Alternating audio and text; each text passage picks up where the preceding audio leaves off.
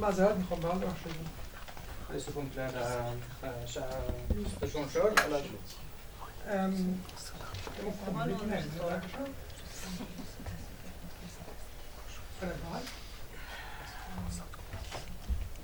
خب من میتونم شروع کنم. خیلی خوش اومدید و خیلی مفتخریم از طرف تمام دوستانی که این کار مشارکت دارن که در کنار هم هستیم امروز و فردا و پس فردا. خیلی موقعیت خوبی است و خیلی مسئله مهمی، مسئله هویت، خصوصا بعد از جنبش زلزله 11 به اعتقاد من یک بخش خیلی مهمه جنبش زلزله 11 قسمت هویتی، این مسئله هویت خودش خیلی خوب نشون میده. من در زمینه مسائل ایران واقعا نسبت به دوستان عزیز که اینجا هستن واقعا به قول سربازی ایران آشکارم، زیاد توهم تو کار ندارم. سعید آشکار نیست، داده توهم شده. به عنوان یه جامعه شناس معمولا هم استیون برتوبک جامعه شناس انگلیسی صحبت خیلی جالبی داره. میگه اگه انسان‌ها اینقدر هم متفاوتن توی جامعه پس این چسب کجاست؟ چطور انسان‌ها به هم دیگه میچسبن؟ و تئوری زیادی از خصوصا قرن 19 خیلی روی مسئله چسب خیلی صحبت میشد که آیا این چسب یه چیزی که از تاریخ اومده، مثلا پریموریالیسم، مثلا ما میگیم به برمیگردیم و میبینیم یه سری چیزا از گذشته میاد و ما رو به هم دیگه میچسبونه، یا نه کانستراکشن، مثلا به قول سعید یه روابط مشترک ما درست میکنیم. مثلا پروسه دولت ملت‌ها در واقع روایت درست کردن بودونی. خب حالا یه جای تضاد، یه تناقضی هست که چطور میشه دنبال روایت مشترک بود و در این حال بر علیه هژمونی و هژمونی ایدئولوژی هژمونی طرف توی جامعه جنگید. یه تناقضی به اعتقاد من اونجا هست. Vad ska jag vara med assent? Presentationsvisning. اوکی. این یه مقدمه خیلی کوتاه بود. من آشنایم واقعا با مسائل ایران.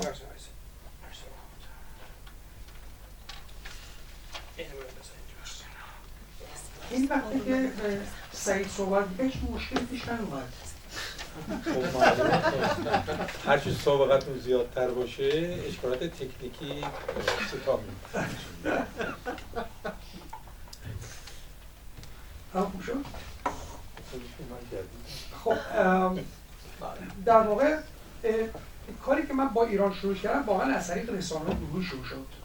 یعنی من می‌خواستم ببینم که این کالچورال پرکتیس، این تحرک فرهنگی ما، این پراکتیک فرهنگی ما چه خصلت‌هایی داره و با ایرانی نروژی اینجا کار می‌کردم و چیزی خیلی برام جالب بود، رابطه خیلی عمیق و هویتی در رابطه بین ایرانی‌ها و رسانه‌های گروه وجود داشت و این رابطه هویتی خیلی متفاوت بود. به لحاظ شخصی استراتژیک خیلی ایرانی‌ها میشه گفت خیلی موفق بودن، خیلی در خیلی از مسائل.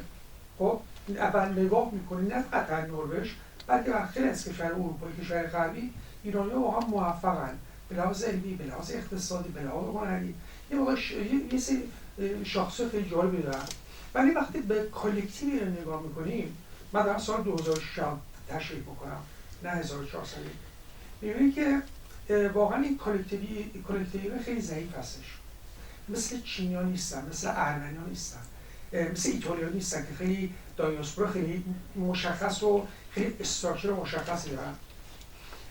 و سوالی که واسه من مطرح شد، پس این ما کجاست تو این نبرد بین کالکتیویتی و ایندیویدوالیسم؟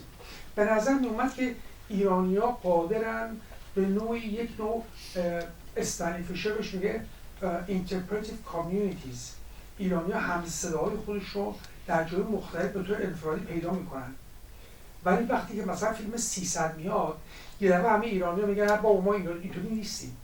خب یعنی یک سری شاخص‌ها تو کنتکست غرب، از جمله شاخص مذهب که من مسلمونم و چطور من دچار استیگما هستم در جامعه نروژ، من مهاجرم چطور استیگما دارم در جامعه غرب و من یک ایرانی هستم و چه استیگماهایی دور من هست. این شاخص‌هایی هست که در کنتکست غرب وجود داره و تو هویت و کانستراکشن ایرانی خیلی موثره. در این حال این کارم نشون داد که این فقط به کنتکست ایران ربطی نداره. مثلا خب کنتکست قبل می‌بینیم که یه سری ایدئولوژی‌ها، یه سری ایدئولوژی خیلی مشخص وقتی با ایرانی صحبت می‌کنی خیلی عمیقاً ایرانی‌ها درگیرش بودن. من میگم با 300 تا ایرانی باشم کار می‌کردم 2006. نگاه اینا به اسلام، نگاه اینا به ناسیونالیسم ایرانیت و نگاه اینا به چپ.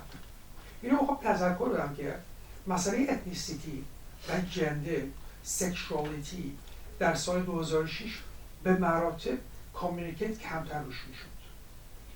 اساسا متفاوته. خب حالا میرسیم سال 2022 که واسه خود من یه روای انقلاب بود که دوباره دوست داشتم با مسائل ایران کار بکنم و سال 2022 در واقع من چرخش رو زندگی وجود اومد که می‌بینیم که این دیاسپوریک لندسکیپ، این ایرانی خارج از کشور، من رو تاکید میکنم، من اینجا از دیاسپورا استفاده میکنم چون دیتایی که من دارم مال دیاسپورا است.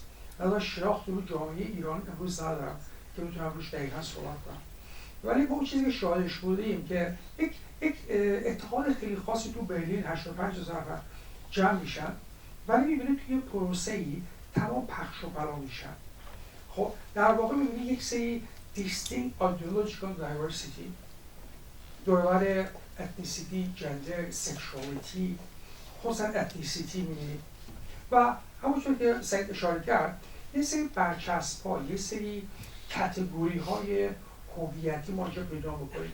سلطنت طلب، جمهوری‌خواه، مشروطه‌خواه، ملیگرا، فدرالیست، 57ی، تجزیه طلب، راست افراطی، ملا، چپی، مجاهد و خیلی چیز دیگه و خیلی فسینیتی، خیلی چیز جذابی. این همه کاتگوری است و ما اینجا کجا هستیم؟ این ما کجا قرار داره؟ خب این سوال که باید بهش جواب بدیم. این چسب کجاست؟ از گذشته استفاده کنیم. کانستراکشن میتونه خب سوشال انجینیرینگ باشه. مثلا مثل ایتالیا گاریبالدی، ایتالیا رو درست کردن، گفتن we have Italy, now we need Italians. یا که نه، میتونه مثلا اقتصادی باشه، همونطور که آبراهامیان بهش اشاره میکنه. یا نه، میتونه مثلا ما الهام گرفته از تفکرات اورینتالیستی باشه، مثلا وزیری رو صحبت میکنه و خیلی دیگه، خیلی چیزای دیگه. خیلی جالب هست که کارهایی که ایرانی‌ها در زمینه هویت، ایرانیت، اسلامیت کردن واقعا کار خیلی خیلی جالبی است. الان فیلوزوف صحبت میکرد و این مسئله رو مطرح کرد در رابطه با studying Iranian diaspora in the Middle East.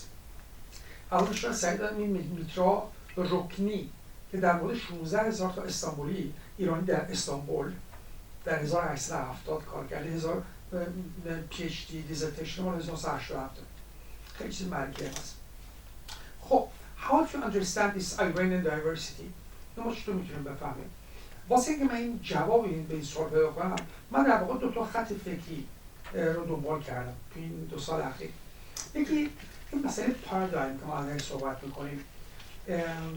پارادایم خب معمولا با به توماس کون رفت میدیم، در حالی که آگامبن خیلی زیاد رو مسئله پارادایم خیلی صحبت کرده و اونجا خیلی چیز جالبی هست. اینکه پارادایم با خودی خود مفهومی نداره، درست رو به زمانه، ولی رو به زمان چی هست؟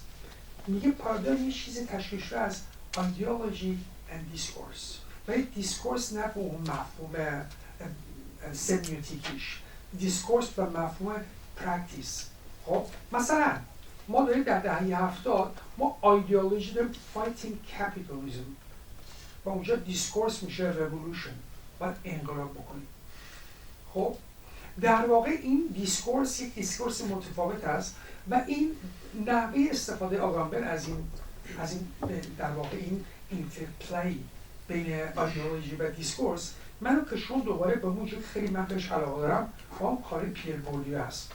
مسئله پرکتیک، مسئله که چطور ما پرکتیک رو بفهمیم، یعنی که به جای شروع کنیم ببینیم که گذشته ما چی میده و ما چطور کانستراکت میکنیم، ببینیم این حرکت تاریخی چطور میشه از طریق پرکتیک روش کار کرد.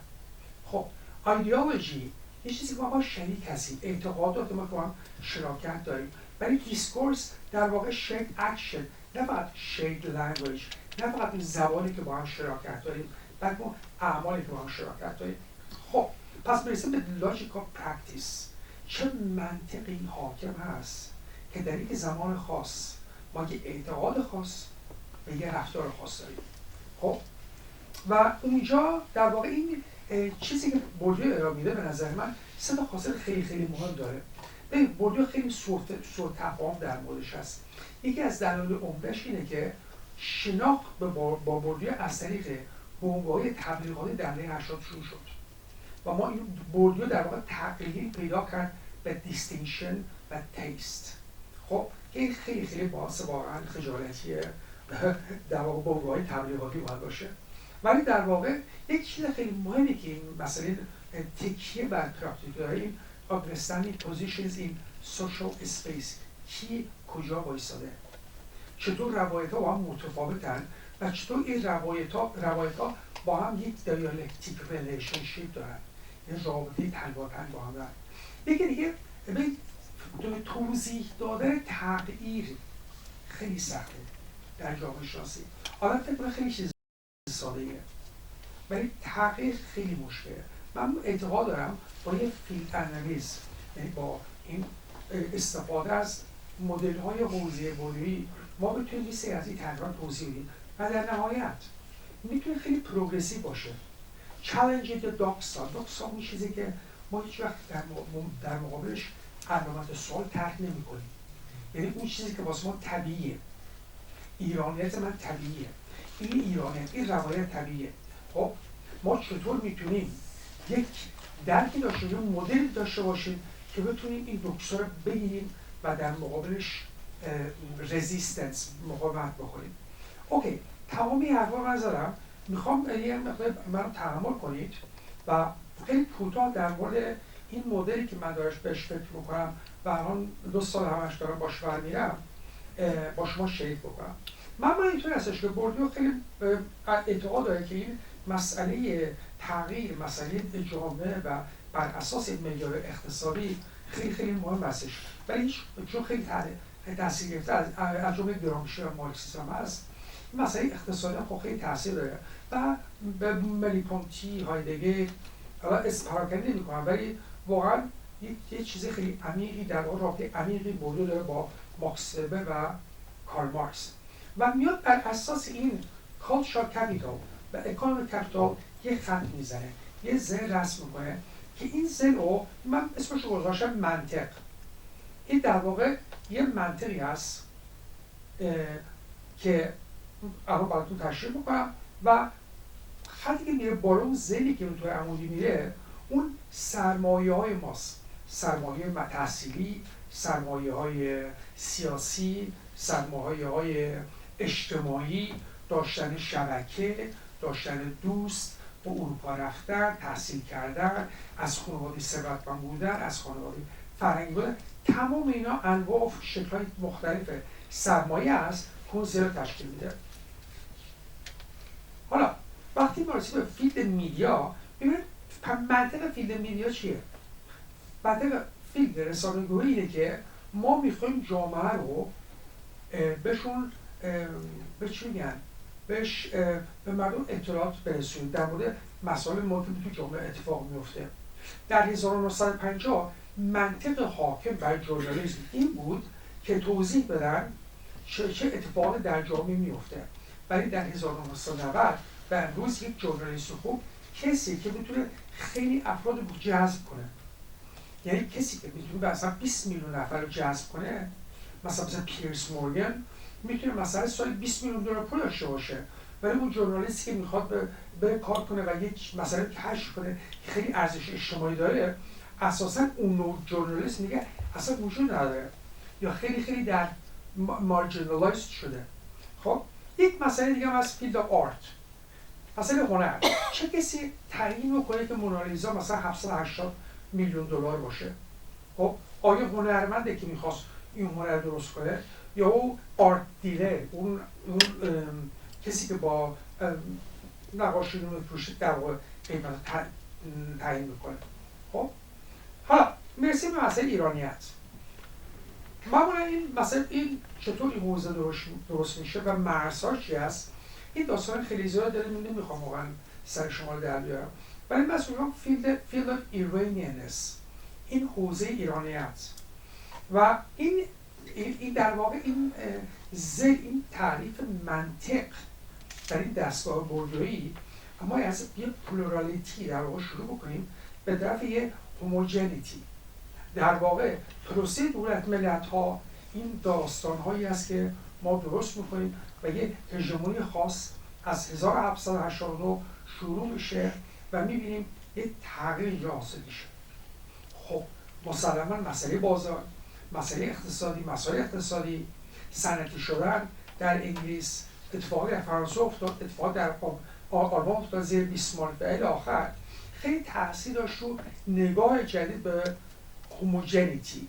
یه چیز جدید، مسئول نه فئودالیسم بود، نه به پادشاه رحم داشت، بلکه ملت ها که بر اساس یه سری خواص مشترک خودشون ملت بنامن. اصلا اساسا پروژه مدرنیتی هست. پروژه مدرنیتی is nothing but construction of homogeneity. Alright. از این طرف ما داریم مسئله tradition and modernity. حالا این چه اتفاق میفته؟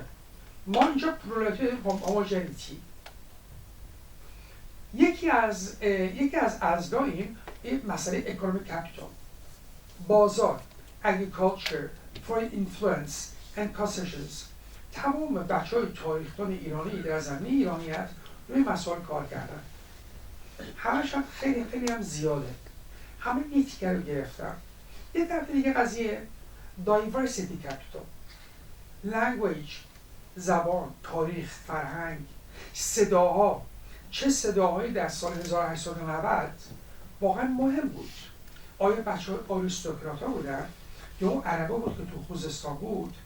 یا اون بلوچه بود در خایزانیان بود؟ چه کسی اون تعریف و ارائه داد؟ چه کسی کپیتال داشت؟ خب در واقع میشه روی اینترپلی دایورسیتی کپیتال و اکونومیک کپیتال با هم اتفاق ایجاد میکنن و خیلی تاثیر رو نگاه ما دارن. بازم فراموش نکنیم مسئله در واقع چسب رو دارم دوباره صحبت میکنم روش.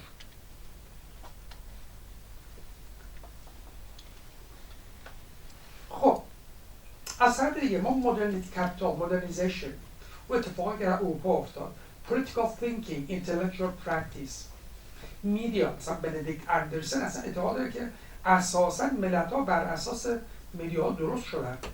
الی آخر